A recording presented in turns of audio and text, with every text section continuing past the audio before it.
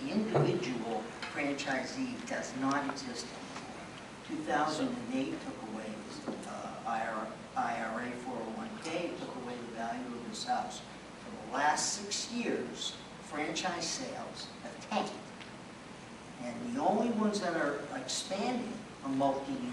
Well, that's not They're necessarily the ones that have the Well, negotiation. so let's assume that's true.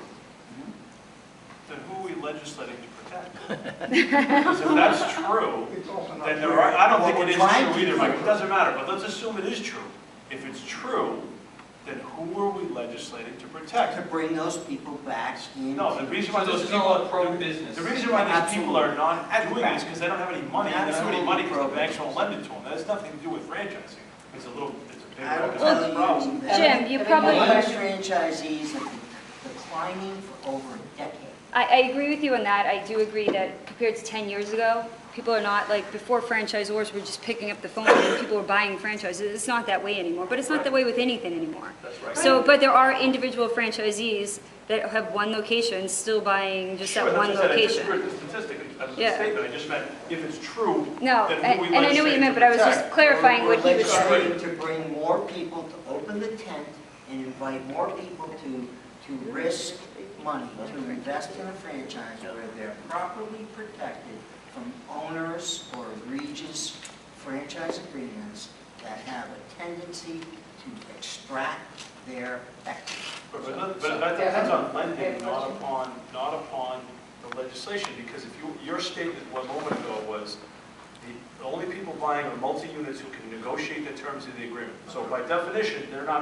no need to be protected because they have the leverage they need anyway, so the legislation won't protect them.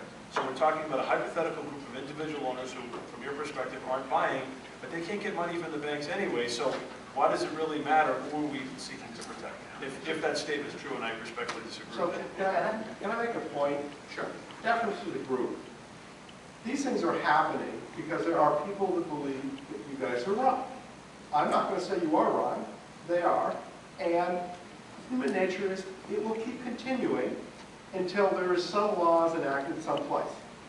My personal perspective is that state legislation is the worst thing that can happen to this industry because it's so difficult to manage 50 different rules and regulations, and that federal legislation is preferable to state legislation, and more preferable to federal legislation is an industry that's able to self-police itself.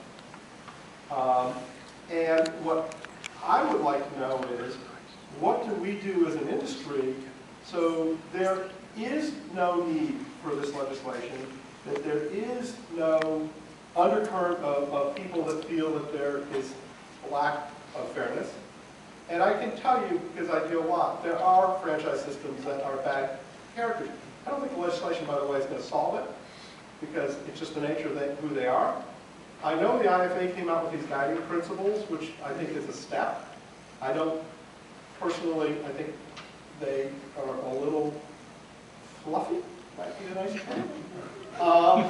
But what can we as an industry You do? accuse this of being, this is the universal franchisee. I actually haven't read Bill White, except I think on the website like 5 years ago, so I have a hard time remembering. But the point I'm trying to make is, to the panel, what can we do to resolve these kind of issues without the need of legislation? Because I think that is the preference for everyone on both sides of this. Yeah, I'd like to answer that one. And that's, I strongly urge franchisees to organize and to form franchisee associations within their brand. And it doesn't really matter to me if there's a franchise advisory council. Independent franchisee associations have a tremendous amount of leverage and can have an impact on that brand's performance and can actually have a positive impact on the brand's performance. Because franchisees are in fact stakeholders, and if they don't organize, they'll never gain leverage to be able to have enough of an input in the brand's decisions. And brands are run by corporate employees. that will tend to make decisions that aren't necessarily in the best interest of the franchisees. In a lot of ways, they're in a totally different business than the franchisors. So independent branded franchisee associations are the best way for this to happen. But organizing franchisees is not easy. At Dunkin' Brands, we were able to change the culture of that organization through our franchisee association. That was never recognized by Dunkin' Brands, and it still isn't recognized. And it doesn't matter, because we were independent. Jim, when was that formed? What was that organization? 1989. But it was actually formed by Bob Rosenberg, who had at the time, there was a corporate raider out of Toronto, his last name was Mann. He was buying up stock because he believed that the real estate was undervalued and appreciated in the stock. And actually, if he separated the real estate from the company, he could make more money on selling the real estate or charging higher rents to the franchisees. So Bob convinced the franchisees to form an independent association, and they took out ads in the New York Times, Wall Street Journal, and Boston Globe, talking about how this could destroy the franchise because their rents would be too high. So that was an instance. Later, a year later, he asked the franchisees to disband, and they said, no, we can't do this. So they stuck it out. But when I became president of the Independent Franchisee Association, it was because the franchisees felt that they were being targeted and did not want to risk their investment.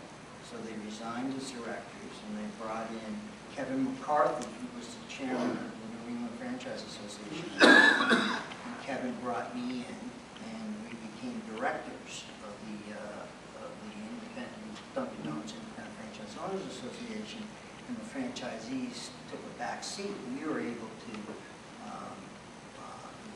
vocalize the concerns of the franchisees without the ability for the brand to target us because our names were not franchise. Guy, you had a question? Okay, a lot of what I see that you keep on talking about with Jim Coen is, well, here's the agreement, this is what was spelled out, and the franchisee signed it, and Dow doesn't like what they signed. You know, this is like no fault. Okay? It's not my fault that I signed the agreement. It's not my fault that I didn't read it. It's not my fault I didn't get an attorney. And it's not my fault that I failed. It's your fault. Because somehow I'm not a franchisor, I'm not a franchisee, so I have no bone in either side of this. But I get so tired of hearing that it's never the person's fault. Oh, I didn't hire an attorney. Well, you know what? Too bad. Too bad that you didn't read the agreement. You know, too bad you put your money on the line, you didn't know what you were doing. Maybe you shouldn't have been in the business to begin with. Because it's not their fault. That's what you're saying is, well, gee, it says that they have to pay for both sides of the attorney. If you didn't like that clause, don't sign the agreement. Right. No one's gun is to your head. You All right, can that's do a what I good point. did. I went out on my own and started my own business. Okay. And And I you're better still off. risk there. And I congratulate you, and you should join the SBAN. They're a great group, Small Business of New England. But I will tell you that what happens is the agreements say, when you renew, you must renew with the new terms of the agreement. Well, the new terms of the agreement are not what you signed 10 years earlier. Okay? No, Well, they are. They are. Franchise systems, they are. But not Dunkin'. So Not let's Dunkin'. say that you have no Going back idea to what Dunkin' Dunkin' Donuts, makes- can we all agree not to talk about Dunkin' Donuts anymore? 'Cause Sure. that is the fundamental I was problem. not the president of. No, I meant, when we're talking about the mega franchisors, there's a different, the overwhelming majority of franchisors are not Dunkin' Donuts, Subway, and McDonald's from a franchisor perspective. We It's signed an legislation. agreement for 10 Right. years. Can we go back to this question, which is, I think is a very good question, which is, well, what can we do?